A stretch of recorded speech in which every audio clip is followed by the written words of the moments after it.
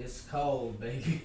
What? I don't know. Get the fuck out of here. Do I need to heat it up? No, it's warm as fuck. Oh, so it's hot. It's hot. It's hot. So, what's up, boys and girls? Sorry about the audio. I promise you, I do not care. This time, I mean it. It's gonna be my voice is gonna be coming in the left headphone. Joby's voice is gonna be coming in the right headphone, and that's not because we planned it, but that's because I'm a terrible audio engineer and forget my gear at my work all the time. I even went back to get the gear today, and you know what I did?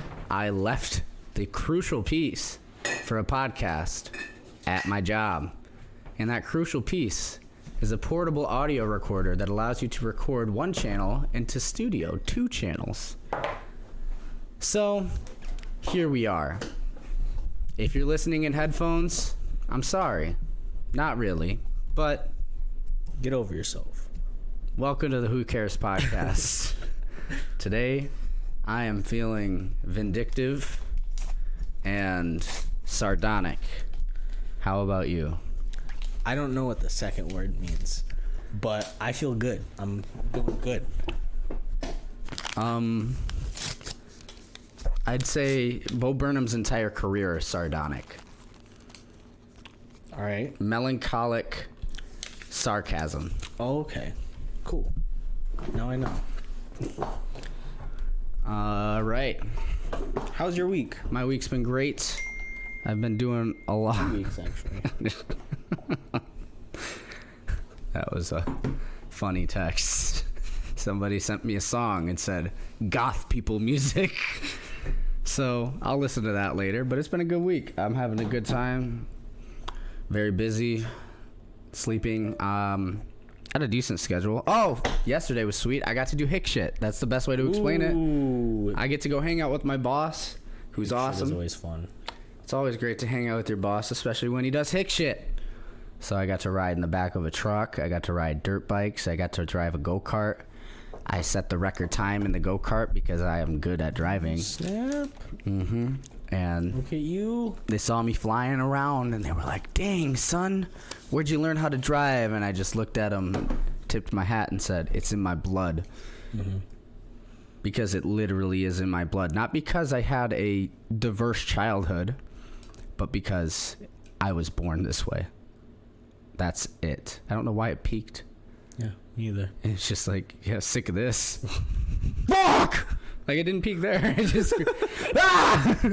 It was just... Sorry, headphone users again. No, that's Just fine. screaming and... The compressor... the compressor's working really well. Like, why did it peak? I don't understand. Strange. Peculiar. So, did you end up watching Thor Love and Thunder? I didn't, but I don't care. Spoil it. Spoil it? Are Go you ahead. sure? I'm certain. I feel bad. Every movie I watch now, just I can tell where it's going, and Yeah. all that matters is the acting and the relationships and how it's how it hits for me. Right. So let me start out with my out of 10. All right. All right. You ready for this? I give it a solid 3. 3 out of 10. Yeah. Wow. It was bad. I had a feeling. It was awful. You said you had strong opinions about it. Like, that's pretty strong, but it's still... Yeah. I mean, there was definitely things to be enjoyed about it. I hated it. Don't laugh at me for missing my mouth.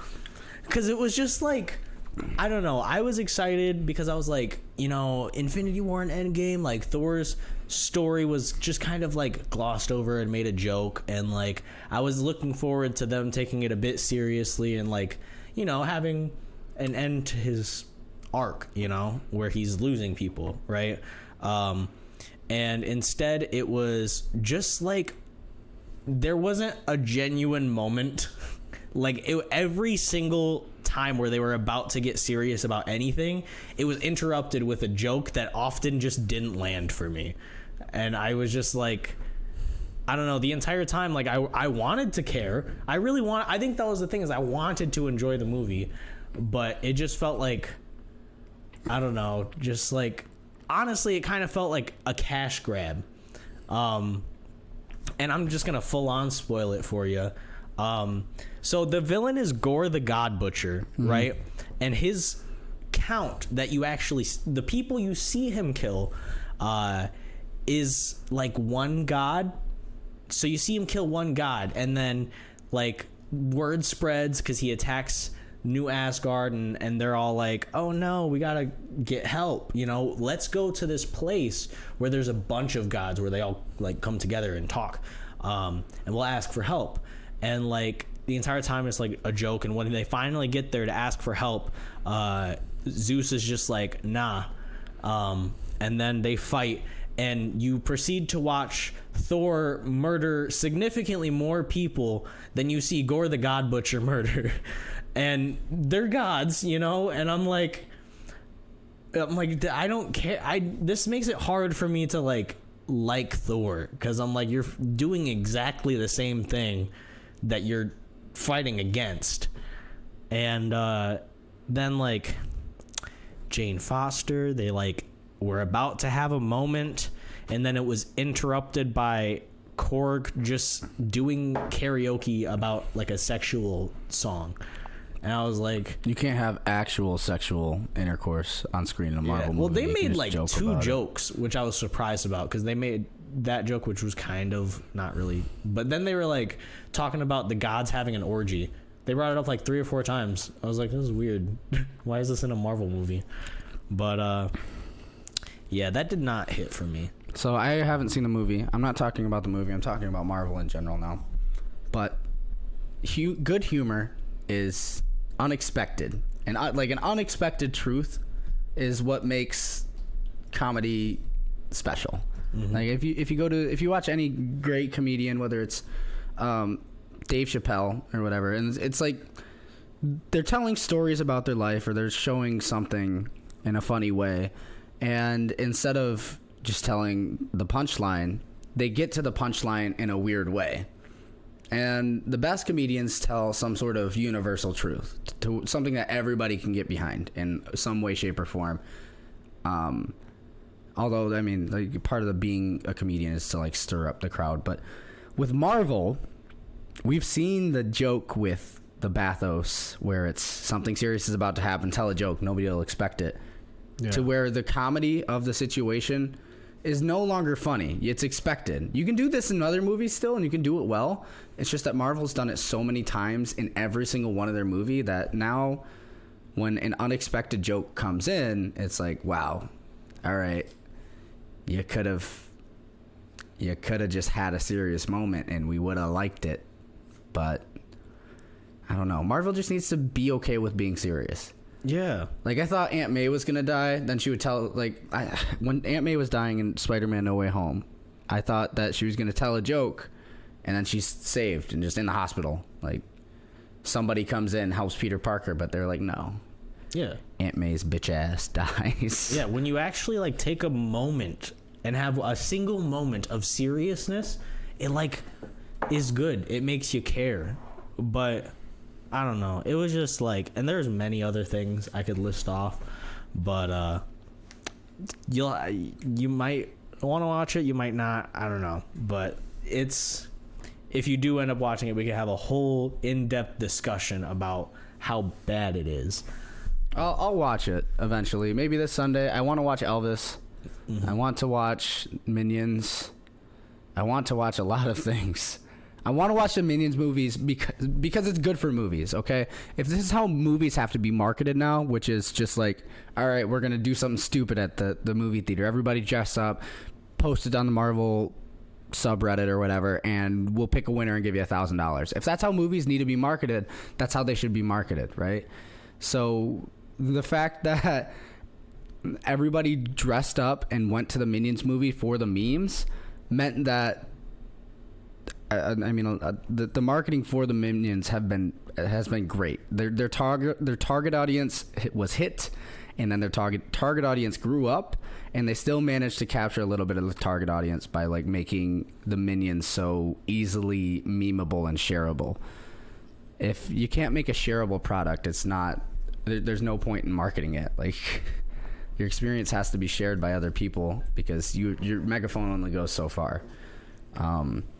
But I want to go watch the Minions because it's good for movies. Like, everyone thought the movies were dead, and now people are selling out movie theaters to watch a decent movie. So, but at the same time, you have things like Morbius that are just like not good, and the marketing behind it is, hey guys, look how bad this movie is. yeah. Come watch it. Still, what matters for movies is the marketing. If you can't share what the movie's about in one sentence but not spoil it, then you don't have good marketing. Marvel's idea was, all right, we'll make some really good movies and then tell a giant story, and that worked really well, but that takes so much time and so much money. Yeah, but still, like, I mean, I feel like I don't know, like, still make a good have good marketing and make a good movie. I don't know. I haven't seen it. Just peaked again for no reason. I haven't seen Minions. I've heard that it's one of the better Despicable Me movies. Not as great as Despicable Me, but better than the other Minions movies. So that was interesting to hear about. Seen anything about it? I mean, I've just seen like some of the memes. That's about it. But I may watch it. I feel like I watched the first and second ones, and then after that I just like stopped watching them. Megamind was better. Oh yeah, Megamind is like, I feel like that's one of the best like animated movies. Yeah, it's great. And Will Ferrell was Megamind, which is even greater. Mm-hmm. Like, I thought it was going to be a comedy when I saw that it was Will Ferrell, but it wasn't. It was like a kind of serious movie about power going to your head. Yeah. Shout out to my boy Megamind. Yeah. Dude got a blue head. Dude got a big ass forehead. No cap. Because it won't fit. Dude, all these kids grew up. Megamind blew up. Oh. Yeah, bro. Yeah, because his head is big. Hey, big. Blew up. Blew up. Yeah. Okay, you got it? Yeah. Yeah, that took you a while. Hey. What? I don't know, man. How was your week? It was good. It was good. Fun fact, yesterday I ran, well, okay, so for the first time I ran 2 miles in a long time, I ran like 22 minutes, but yesterday I ran it in under 20 minutes, so that's cool. And then today, I'm officially 10 pounds down since having started running. So that's neat as well. I'll drink to that. I'll drink to that.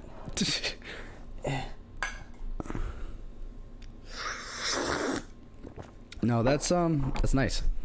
I'm glad to hear it. And I'm trying to think. Could you turn the lights off?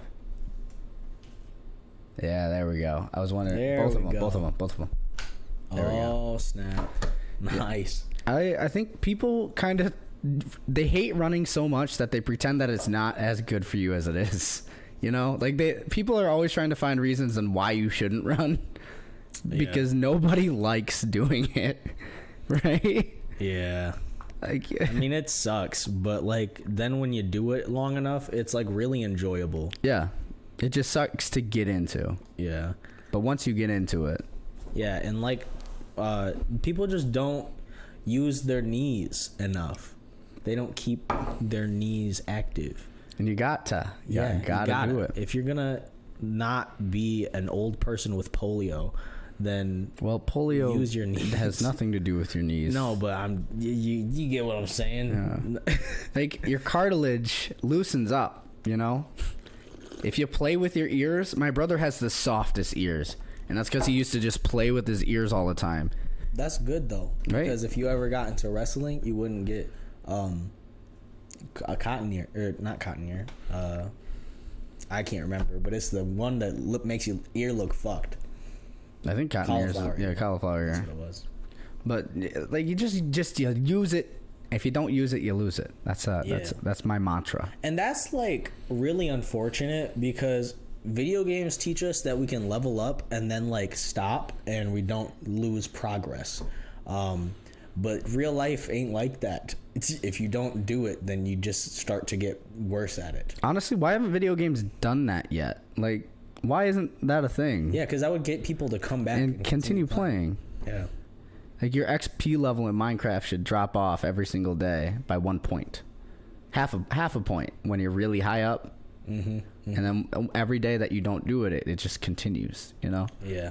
So, like... That makes sense. Yeah. So then all your single player worlds, you're like, all right, I'll next time I get on in a week, I will enchant this diamond sword, and then you have to do a bunch of other work because, you know, you should have enchanted it right then and there. Yeah, should have been on top of it. Long story short, video games need more decay mechanics. So yep.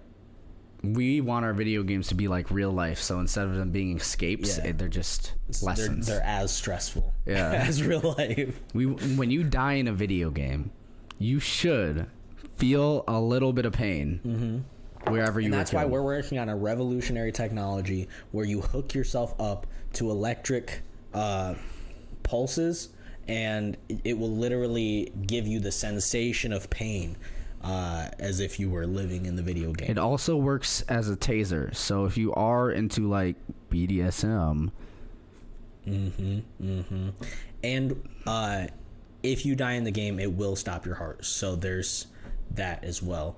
But it can start your heart because it is also it's also a defibrillator. Yeah, so yep, what he said.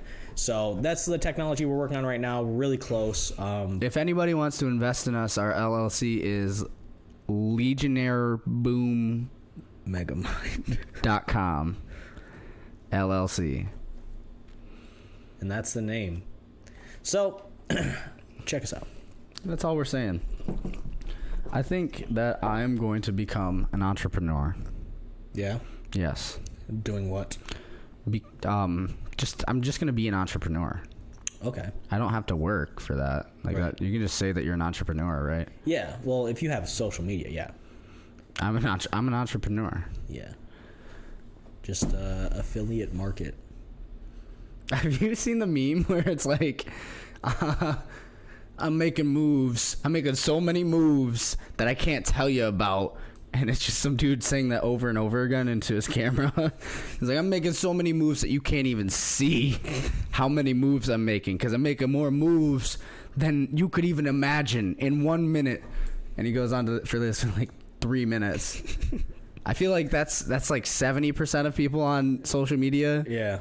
And then the other 30%. I feel like... Well, I was watching a video that talked about this where they were like self-help books, for instance. They give you this immediate gratification because you feel enlightened, but because people don't actively put it into their life, usually it doesn't really change. You raise up for a little bit until you stop doing those things, and then you go right back down to where you were. And I feel like the same happens with business. I catch myself doing that all the time because you feel good because you're learning all these things about business, but then you don't do anything, and you come right back down because you're like, I have nothing to show for it. And I feel like that's so many people on social media being like, yeah, I do this, and this, and it's just like not really. You're not making moves. You're watching YouTube videos. That's what I do. I want to make moves. I don't have money to make moves yet. Yeah. It depends on what kind of moves you're trying to make. Exactly. I don't have the money to make the moves that I want to make right now. Right. I could get a loan, but I already have a loan out right now, and I don't want that to be. I don't want to make 2 loan payments ever in my life. I'm gonna do a trick that my dad told me that my grandpa does. Where he raised his credit through credit cards, and then he took out a loan and then just paid it back every month and didn't do anything with the money. So that way he could just basically buy credit. And I'm like, you know what? That's a great idea. I think I'm going to do that. That is a good idea. Being financially smart and stable is such a weird thing because the game... the rules are there. The rules don't really change, but everything else changes. Like the board changes. At like Monopoly, it's just a square, and then you have there's things going on around you where people are buying stuff. Yeah, and I think that it's there are different levels, because like for instance, like Dave Ramsey and Robert Kiyosaki, they say wildly different things. Dave Ramsey is all about like don't get into debt at all, and Robert Kiyosaki is like get into good debt, things that will grow your money. And they're just like, they're both right. It's just at different levels. If you're somebody that struggles to manage your money and figure out your finances by yourself, then yeah, you should focus on saving money and not spending a ton to use for something, But if you are able to like organize that all in your head, and you're very consistent about it, and you're able to grow your savings, then you can take the next steps, which are reasonably riskier steps, but they also reap reward. And the higher up you get with that, the more risk it is, but the better reward there is, and as you get higher, it requires you to think a lot more, and you can't do it without just experience, just doing it, Yeah.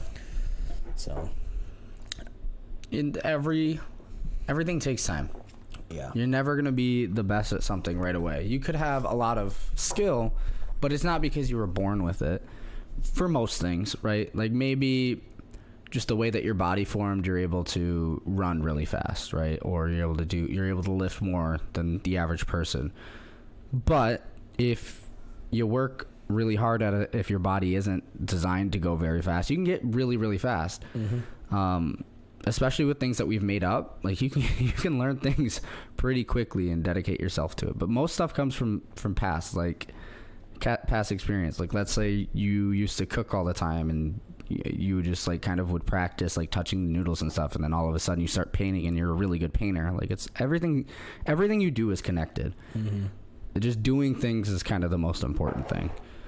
I saw something that said people confuse failing and quitting a lot of times, because they think, oh, I failed at this, but really you just didn't try it again. If you keep trying, usually you don't really fail. I mean, I would still consider it a failure, because it's like, yeah, it didn't work the way I wanted it to, but when you continue, all it really takes is one success. Like usually that's the case. If you're willing to give up like 10, 20, 30 times failing, 100 times failing for that one success, then you can do it. Yeah. It's just a matter of time and effort. If you put in time and effort into anything, and enough of it, you will get good at it. And if you make sure that your failures aren't detrimental to you, like don't max out your credit cards and then decide to go gamble it all away, right? Like that's not really a failure. That's kind of just like a dumb decision. You're setting yourself up for failure. Like do as much research as you can so you can win. Do as much practice as you can so you can win. But if you lose a baseball game, you're not going to go into the next game being like, well, we're going to lose this game because we lost the last one. It's like, no, we're going to win this game because we lost the last one. We learned so much. Yeah. You don't learn from successes. Well, I mean, yes, you do. You do. But you learn less from successes than you do from failures. That's the truth. And that's why you want losers on your team.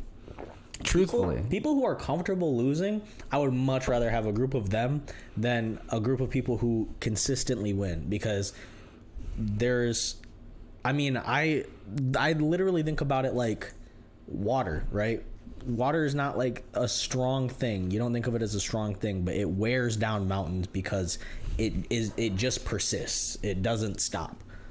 And I think that's pretty sick. And I feel like the world tends to give other examples of the very same thing.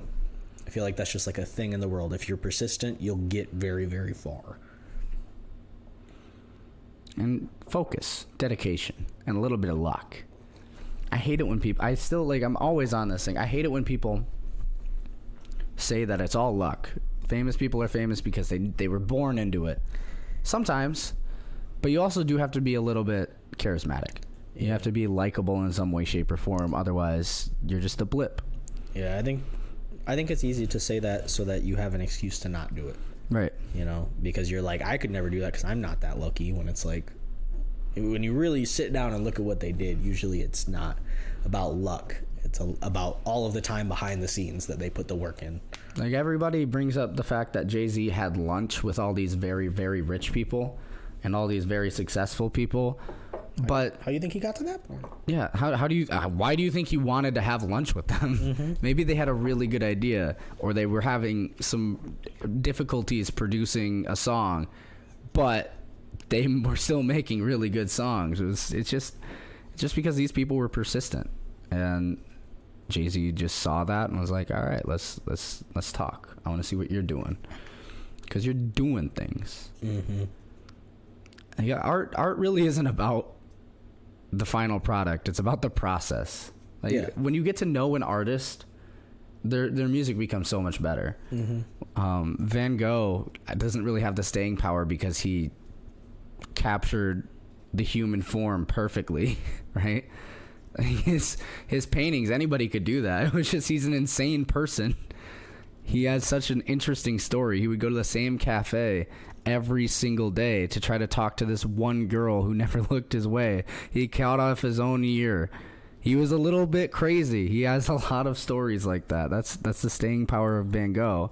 And then Starry Night is just such an iconic painting from the mind of a crazy person. Like, this is what crazy people see when they're looking out at the city at night. So yeah, it's pretty sick. You just gotta do things. Joji's music is kind of mid, but he's got such a great story. It's not mid, it's great. He makes bangers every time he releases a song. Yeah, it's pretty wonderful stuff. It's just, I like his earlier music. Yeah, me too. But I think part of that's got to be nostalgia. Oh right? yeah, I think a big part of it is nostalgia. Because just the rise in his popularity shows that the quality has just gone up. Mm-hmm. You know, and I don't know. I think that he got popular for the very reason that we liked his older music better, is because he's using like real instruments and real stuff now, to where he could perform it in public without playing it on, like, playing a track over the speakers. All right, guys, welcome to my concert. Yeah. Now you can have like the performance aspect. I mean, not that he didn't, but you know, I think that seeing instruments played on stage is just like a different feeling, you know. It is. Why do you think people always talk about fame like it's a bad thing? Like, when they are famous? Because it's, I think it's not that different. I think that I think it's a matter of like, your circumstances change, but you're not changing. You know, you're the same person. Mm-hmm. And it's got to be crazy to see people like that person so much, because you're like, I was just being me, you know. But I feel like it's got to be stressful, you know, because we get the opportunity to lay low. You know, we can go to the grocery store without being recognized. We could go places and just chill. We can get away from it all. But I imagine that for people who are famous, that's a lot harder. And also, everything they say is open to criticism. You're no longer a human. You're expected to be a brand. I asked that question because I was watching Cars and Coffee. It's like the best podcast, right? Because it's not like a lot of the other talk shows where it's just asking questions, right? And like, you have a set list, you have what people are going to ask you beforehand. It's run and gun. It's like, it feels much more authentic than like who's the dude that does the carpool karaoke? Like, that's a performance piece. Corgan. Yeah, James Corgan or whatever his name is. That's like a performance piece. But Jerry was asked this question by this radio host. I forget his name all the time, but he's on Sirius XM. He was a huge, like, Howard Stern. He was asked this question by Howard Stern and Obama, like similar things, where I was like, both Howard and Obama said, I would just love to be able to go off into the woods and nobody really see me. I would love to be ambiguous again. It's like, it was so much better when we weren't famous. And Jerry said, was it though? Like, I get free coffee. I don't know about that. Sure, it's nice to not have to stop and take pictures, but life's all about people. I like people. And I feel like there's two ways to look at it, and I think people get kind of jaded by the bad interactions that they have and ignore the good ones. Like, oh man, let's just take a selfie. Here's some free coffee. I liked your show. Yeah.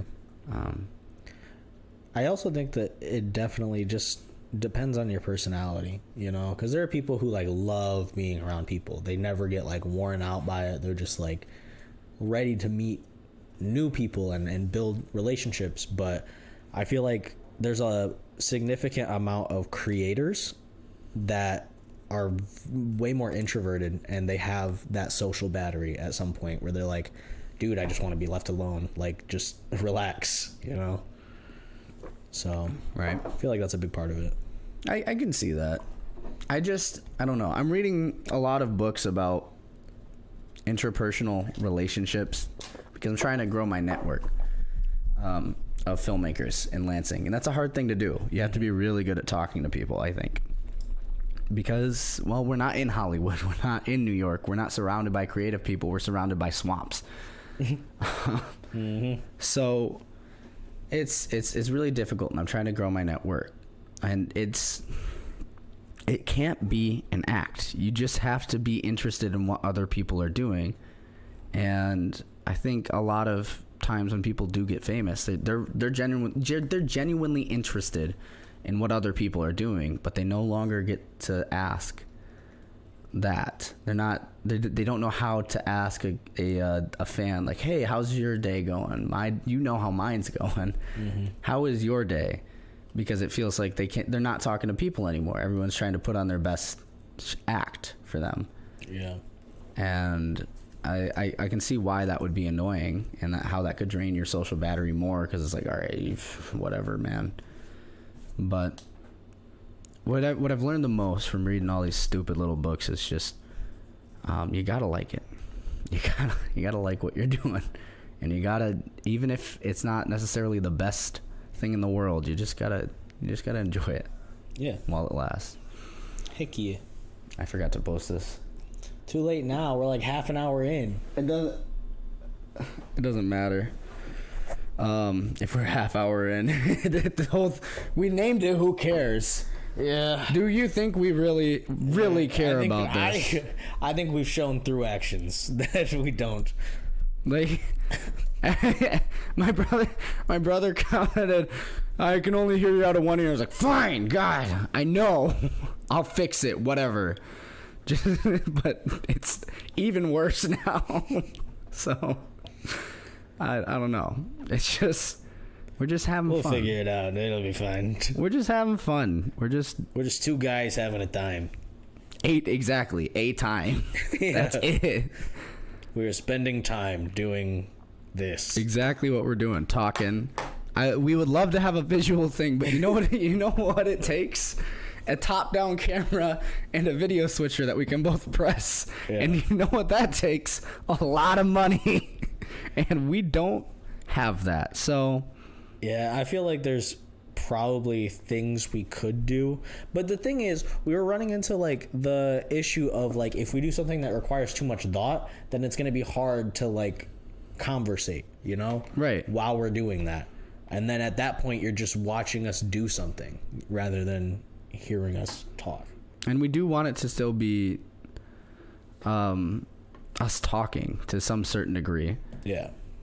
Because it's like a nice little catch up. We're just recording it. We don't say everything that's on our mind, right? Just like you don't say everything that's on your mind to your parents. You guys are our parents. But we just like catching up. You know what this podcast is? It's what? Real. Yeah. We're not. This is the realest podcast. We're filming it in your apartment with some lights that like you only own because because it's in that field, you know? Yeah. Because you work doing that. Because I do this. We literally just threw it together and we're like, fuck it, we'll just do it. And we don't like, I don't feel like we put on a show. I feel like we're just like, however we're feeling that day, we're like, yeah, that's pretty much how we're gonna be. And if you'd like to stop by and just chill out with us for a little bit and just hear us ramble, then you can do that. You know, it's not like a in your face, watch this. It's like a, you wanna hang out? You wanna hang out? Yeah. I think if we want to make this a big thing, we just gotta lean into that. You know? Yeah.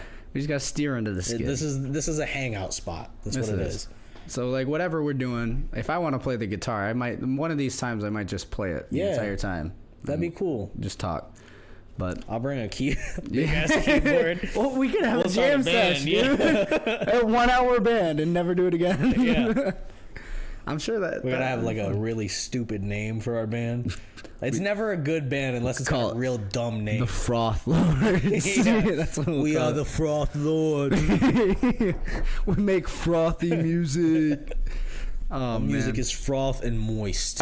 Music, the moist, is the moist men.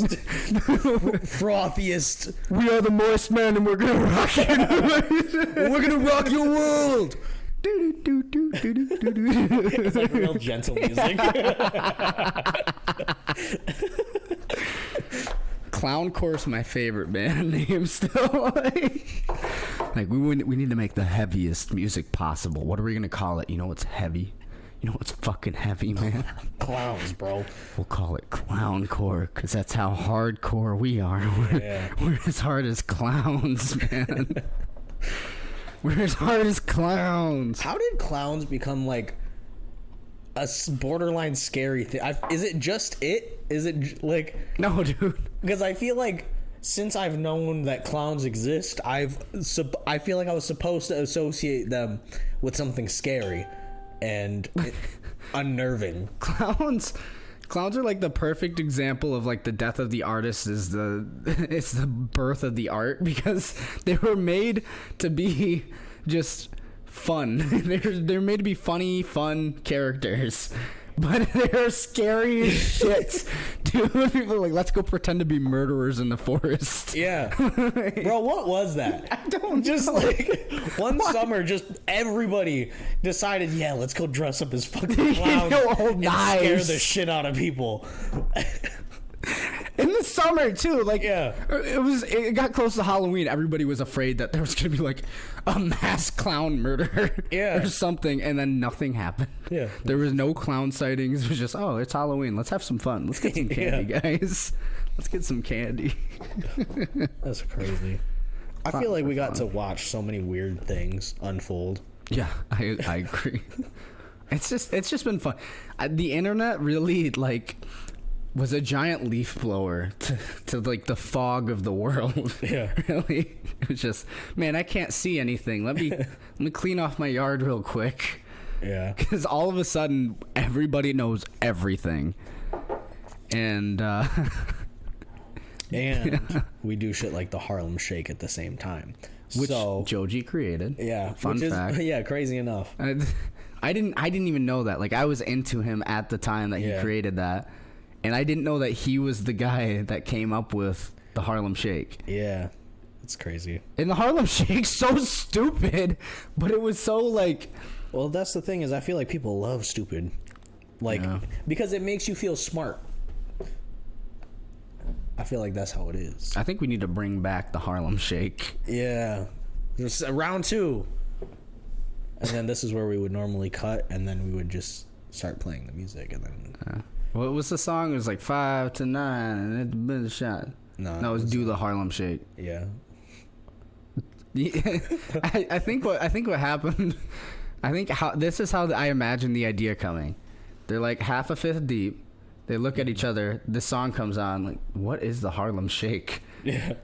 I don't know. Look it up. It's like, well, let's just do it. Yeah. How about everybody? As soon as it says it, just do what you think the Harlem Shake is. And then they did it. Like, oh man, this wasn't funny enough. We should dress up as like stupid characters. Let's go talk to Joji. We filmed that normal and it was just weird. So let's. That didn't work. Let's do it again. Planking was awesome too. Yeah, people just laying on shit. The trends now is like music. Like it's all musical now. Yeah, I feel like it's just memes. Yeah. Like we don't really have like trends or challenges, and because it's like, I mean, they have it on TikTok, like challenges that you do, but there's so many. I think there's just so much stuff compared to them that like nothing's as important because it's in a sea of important stuff. Because you can make a TikTok in 2 minutes. Yeah. If you really wanted to. And I feel like trends die so fast now. Yeah. It is just such a fast paced like thing. And that's kind of what makes it fun and what makes TikTok feel so fresh compared to YouTube and stuff. To where you can do it like that. So everybody can do it. You don't have to wait for your favorite creator to hop on a trend. Yeah. You can just watch your favorite creator do the trend in real time. Mm-hmm. Compared to like a Mr. Beast. I don't know how he does it. He picks like, all right, he looks at everything that's trending and then is like, okay, this is going to stick around for a while. This is going to stick around for a while. Let's make videos about this stuff. Mm-hmm. It's impressive. What Mr. Beast does is unprecedented. Yeah, I love hearing him talk at like podcasts and stuff like that. He's very smart. Like, yeah, like outside of his videos is like, damn, he puts a lot of thought and effort into these. And like you can tell from the videos, but when he like talks about it, you're like, oh shit, I didn't even think about that before. It's like there's a surface level of extreme amount of effort, and then there's another level of even more effort for his videos. Yeah. I mean, he says that. Did you see his latest video? Mm-mm. He literally was trying to not eat anything for 30 days. Wait, on his main channel? Yeah. Not all of his main channel stuff gets to me for some reason. I don't know why. It's weird. But yeah, he it was during the same time that he did the Chocolate Factory. No, that's probably why, because the Chocolate Factory, I watched that one, and then I thought, oh, they're just recommending me his gaming videos now, so I probably skipped over it. But oh, it's crazy. And like, I don't know, he's just so determined. He is. Like, he played the game so correctly, and he like, I mean, he talked about it, and he was like, I've been doing YouTube since I was like 14. And he's like, every single day I would do it. And his mom wanted him to go to college, I guess, and he pretended like he was going to college, but instead he would just go film videos. And then he blew up, and then he was like, hey, I haven't been going to college. So, but I don't know, I like his story a lot, and he's such a genuinely nice dude that just tries to make like entertaining stuff. He is. And man, we're trying to figure out what our brand's going to be for High Caliber. Because it's just kind of all over the place, and I've been trying to figure it out for a while. We've kind of been at a turning point where we want to come off as more professional, because we're either in the middle of a kind of self-censorship era, or we're reaching, or we're coming into one, right? We're either it's hard to say, because we're definitely not in the early 10s and late 2000s era of the internet anymore, where it's just everything goes. It's kind of it's very watered down, I guess. So we're trying to figure out, how are we going to push boundaries without pushing boundaries, right? Like, I feel like that's where you get into trouble, though. If you push boundaries, and it's different when there's a company attached. Well, think about Disney, right? How did they push the boundaries?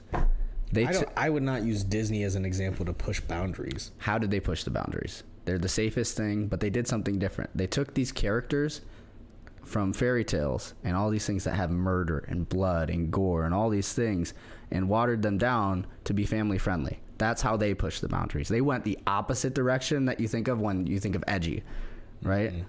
So how do we do something like that? Okay, what's edgy for go-karting? Well, dangerous. We could just push the boundaries of danger. Okay.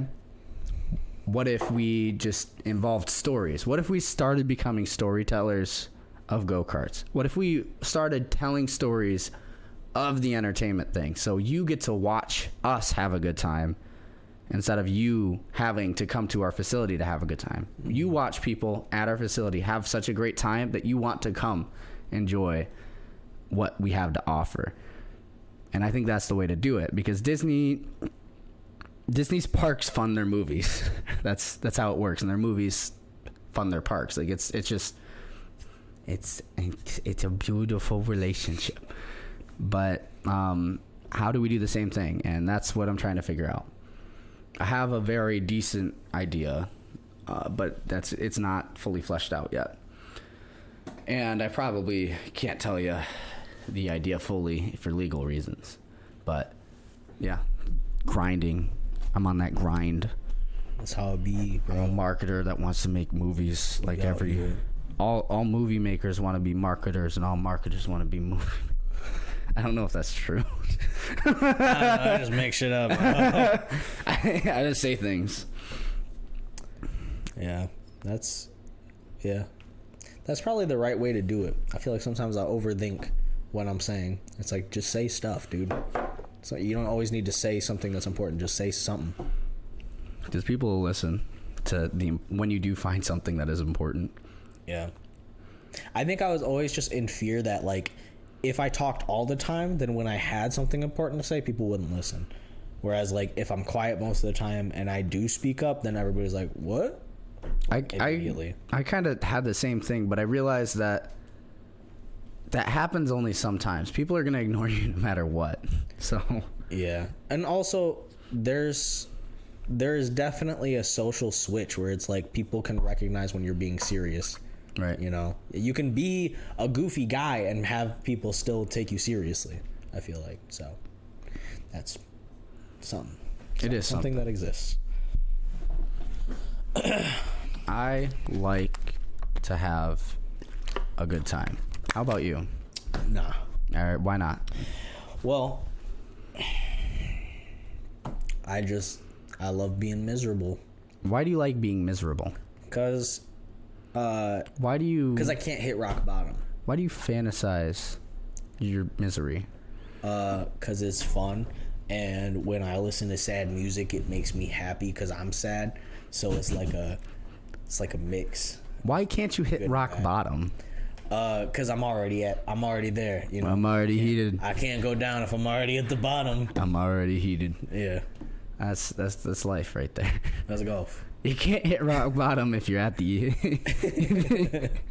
Started from the bottom and I stayed there. I did not go anywhere. Started from the bottom. Fuck Drake, dude. Yeah. Drake is such a terrible artist. If you like Drake, I don't dislike you. I just hate Drake. He's one of like the most listened to rappers. I don't get it. Which is crazy to me. I don't get it. Cause like his music is enjoyable. Right? It's not. But it doesn't blow my pants off. It's not like I get Kanye. I get why people like Kanye. He's doing different weird shit that sounds good. Yeah. It's like, wow, this shouldn't work, but it does for some reason. Yeah. But Drake, it's just like, all right, well, that works as music, and your lyrics are lyrics. To be fair, though, Kanye is God, so... I am a god. Do you think Thor killed Kanye in that scene? Ooh. What if Disney snuck in a little Easter egg? And it's just Kanye. Hey. Kanye's, you go through the credits, you got Ye. You know, they gave him the Yeezus tag. Was Big Yeezy over here? Yeah, big ass Yeezy. That would be funny. Yeah. I want that to happen. I want to see a Marvel movie that like has lots of callbacks to like rappers. Actually, do you want to? All right, anybody that listens to this, if you want to make a video that has 1 million views, edit Kanye into the scene where Thor kills all the gods, but do it professionally and make it clean, so it's not just like a shit post. You will get 1 million views. I almost guarantee it. Yeah, just put Kanye's face on every person as he's just like mowing through them. I am a god, and then you just cut to Kanye. Every time somebody gets cut, play I am a god. Yeah. Yeah. And then, you could actually even layer the meme. So then it's every time a god is killed in the scene, I am a god plays, but faster, like that thing. Yeah. So it speeds up by 0.5% because it sounds like a lot of gods die. Yeah. Well, it's crazy. Well, to be fair, I can't be sure that they're all gods, but I will say that like they all bled gold, so I was just kind of assuming that was something gods did, especially because the one god that Gore killed bled gold, and so I was like, all right, so this is what it means to be a god, except Thor doesn't, and all of beside the point. You know what probably happened in that writer's room was like, oh, what if it, you know, it'd be funny is we brought in all the people from Greek mythology, and we had Thor kill them because, you know, he's cool, he's better. And I'm like, hey, that's a good idea, man. Wow, Thor, yeah, that would show, because Thor's kind of like almost an anti-hero, but not really. He kind of says "frick you" to the Avengers, and that's what this movie's about. It's him. I feel like he choosing his own thing. Yeah, I feel like he's never really done that. But that's how they advertised it. I'm going based off the marketing. It was just that movie was so whack, yo. I was just sitting there watching it, and I'm like, dude, this is not great. And like at first, I gave it like a 6 because I was like, I'm enjoying myself, but as time went on, I'm like, this makes no fucking sense. Like, no, sorry. And Taika, I really like Taika Waititi. He kind of talks like this. He's in Free Guy. Mm-hmm. He's the bad guy in Free Guy. He's funny. He's good at making stuff. That's why I was like surprised that this did not hit for me. I wonder if Marvel's gonna run into the Sony issue, where the Sony issue? The producers have too much say in their movies. Yeah, but I don't know. I almost would prefer it that way because at least it's different. But this was not different. It just felt like way too many jokes. Like the entire thing was just like jokes, and didn't dig it because nothing mattered. Nothing matters. Mm-hmm. Like, and that's why Everything Everywhere All at Once is such a great movie. Nothing matters, but everything does because nothing does. It's so great. You can still do that. I don't know, man. I like movies. I like movies and shit, bro. I like movies and shit, man. I be watching them. I be watching movies. I be watching movies. I be making YouTube videos. They're the same thing. Yeah, they're movies. That's honestly though, Casey Neistat did that though. Like, I'm just gonna call them movies. I make a movie a day. He's not really wrong. They are moving pictures, right? Like, it's an illusion. Yeah. But and he had a story. Yeah. Beginning, middle, and end. I don't know how you do that, dude. Yeah. Every day. Well, I mean, it's just like it's admirable because he's able to make a story out of everyday things that happen in life, you know? And he was just like, what could be a message today out of all of the things that are happening, you know? And he always did it. He was just like, I don't know. It was cool. I like it. Casey Neistat, I think, should go down as one of the all-time best YouTubers.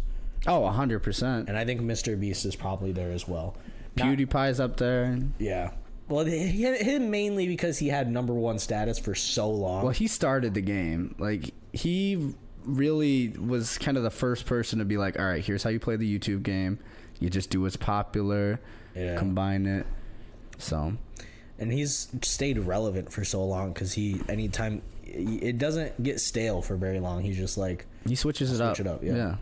So, it's cool. I like it. And that's the thing is, I think that when you're just your authentic self and people like you, then he just kept doing that. Mm-hmm. You know, it doesn't stop working. The issue is when you start looking too hard at, well, why do they like it? You know, it's like, no, just do you, dog. Because usually authenticity sells. Yeah. Really well, actually. Surprisingly well. Yeah. Because I was watching a Shark Tank and I was like, man, all these guys' pitches sound like pitches. And I'm like, I feel like if I were pitching an idea, I would want it to sound more like a conversation. Right. You know? I don't want it to sound like something I had practiced in the mirror. Or like, well, you can still do that, right? Yeah, no, you can absolutely do that and still have an effective thing. A lot of times people, what I think where the problem comes is like a lot of times people will practice it in somebody else's voice until they get somebody else's voice, and it's not you saying it, it's somebody else's pitch. And like, I get it. I mean, if that works for you, then it works for you. But I think that people just kind of have this like sense of when they're being sold to, and once they realize that, it's like an immediate like, I don't really want to buy it. Yeah. It's like, why do you have to sell it to me? Is it really? If it's good enough, you shouldn't have to. You know, it should just be a good product. And so I feel like you never want to undersell it, but like just being like, hey, this is what we have. This is why it's good. Do you have any questions? How can I make this product help you in your everyday life? All right. And I mean, that's how you got to do it. Like, lawyers don't always come in with a perfect plan. Mm-hmm. They wait until the other side makes their opening statement, and then they're like, all right, here's how we're going to go about this. Yeah. It's okay to ask questions. Yeah. Or to like have people ask you questions. I feel like the best thing to do is always come in with a plan and expect it to go wrong. Everybody got a plan till they get punched in the mouth. Yeah. Mike Tyson. Because plans, I frequently have plans go wrong. And I'm like, you know what? Guess I got to roll with it from here. And I feel like you can't predict the future. There's nothing about the future that you can. I mean, there are definitely things that are a more likelihood, but it's unpredictable. You can't. And so make the first couple steps and then be like, that's probably where it's going to go wrong. I mean, make the entire plan, but somewhere along that line, it's going to stop working. And so then you got to improvise. So maybe, you know what? Here's what I would do. If I was able to start over. If I was able to start from the beginning. I gave away all my millions. If I gave away all my millions and started over as a baby, because that's what happens when you go broke. Yeah. You declare bankruptcy and you become a child. That's how it works.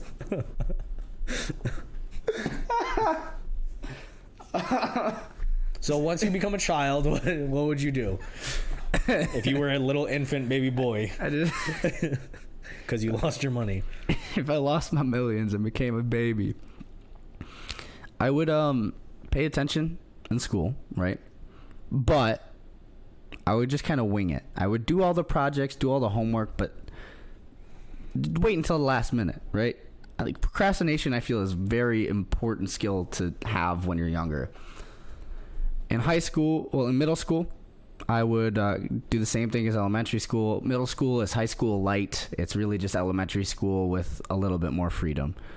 And then you have high school, which is the biggest change from everything. That's why there's so many movies about high school and not that many movies about middle school, I guess. Also, it's kind of hard to make kids act well. Mm-hmm. But in high school, I would just wing everything and really get good at feeling comfortable being uncomfortable. I would do my homework more than I did, but I wouldn't really put any more, I guess, thought into it, like to projects and stuff like that. I would just kind of go with the flow as much as I possibly can, to where it's like, oh, I have an opportunity to go talk out in the middle of the stage. Let's do that so I can improve my public speaking skills. Like, I have an opportunity to do this. And then I would just kind of roll with it. And then in college, I would learn how to make plans and try to be prepared with things, because my brain's more formed and I can think about more things at once and really think through a process. So like I was really close to that. I just didn't do my homework in high school, like, at all. And not that it really set me up for failure, because I wanted to do something that doesn't require college, that doesn't require you to go to school and have good grades to go to a good school. But I think it would have been more valuable, and I would have learned more if I did my homework. That's really the only thing. I think I just would have winged. Like, I kind of, just for me, I think I did a lot that seems wrong, but felt right for me and works for me. Yeah. I'm just trying to think of ways of how you can make that work for everybody. If I went back, I wouldn't change anything. I live a life of no regrets. I don't have any regrets with how I did it, but like I would never change a thing about myself ever, even if it's a bad thing that I should. Why do you change. work out then? I'm literally never going to change anything about myself. Why do you read books? That's because I have always read books. All right, but what if you lost your millions? If I lost my millions and I reverted back to a fetus, I'd probably be in the same spot. Do it the same. I have the memory of how good I did it. Honestly, I don't think I would change a whole lot of things. I think I would accidentally change things if I did it again. Mm-hmm. But if I could choose to be in the same place, I don't think I'm in a bad spot for 22. Yeah, I don't think so either. And that's why I was like, I just would have done my homework a little bit more. So I'd be okay with doing stuff that I don't like doing. Yeah. Because that's my biggest thing. Yeah, I need to work on my procrastination a lot. But yeah, that's the biggest thing. That's the biggest downside so far of my adult life is like I just need to do things I don't like to do more frequently. Because if I wanted to get up on stage, I went up on stage. Like, your teachers aren't really gonna. In this, we're talking all about high school, but if you want to do something, oftentimes, if you're nice enough about it, people are gonna let you do things. You know. Mm-hmm. So, I don't know. You just got to be nice and genuinely be nice, not like a fake nice. Yeah, be a nice person. It's not that hard to do. It takes a lot of work. It's like doing push-ups. Doing one push-up isn't that hard. It's just that we get spiteful when we feel slighted or in pain or, you know, embarrassed. We want to do that to other people for some reason. And then it just circulates. And so to be a good person, you have to be able to take all those punches and still, like, not punch back. Yeah. I feel like that's literally most of being a nice person, and it's not fun. Nobody likes doing it. I mean, nobody likes having that negativity around you, you know. And I feel like the happiest people are people who have surrounded themselves with other happy people, you know. What's Floyd Mayweather's record in boxing? It's 51-0, and what is he known for? His defense. And he just had the best defense. He broke his hands too many times to be able to knock people out after his like 18th fight. So, and I don't know. He's not the perfect example, but in boxing, you have to knock people out. So it's unfair. But he found a way to just kind of win it by points and not get himself hurt. And you can do that too. If you can do it in a sport where you have to hit people as hard as you can do that. Yeah. On the street. Fortify your minds so that you can take anything. Because if you can take all the bad stuff and make it good, then you will always live a happy life. It's better to give a shit than to receive one. But if you receive shit, make something cool with it. Yep. Yeah. I think that was the first thing that I talked about on this podcast. Was like, I'm going through a lot of shit, but I'm trying to make something cool out of it. Yeah. That's literally all you can do with life, because you don't know, like, when it's gonna go wrong. Like, life always happens. Like, it's good and bad. There's not, like, somebody who's had a perfect life. And even if they do, what does that have to do with you? Get over it. Life is gonna be shitty sometimes. And if you're gonna make it worse by focusing on the shit rather than the good stuff, then you're gonna continue receiving shit. So make silver linings. And that's golf. That's golf.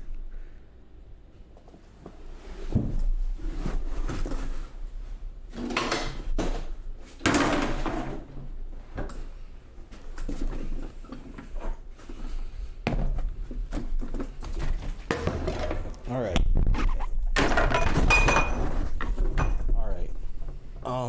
Okay. So that was the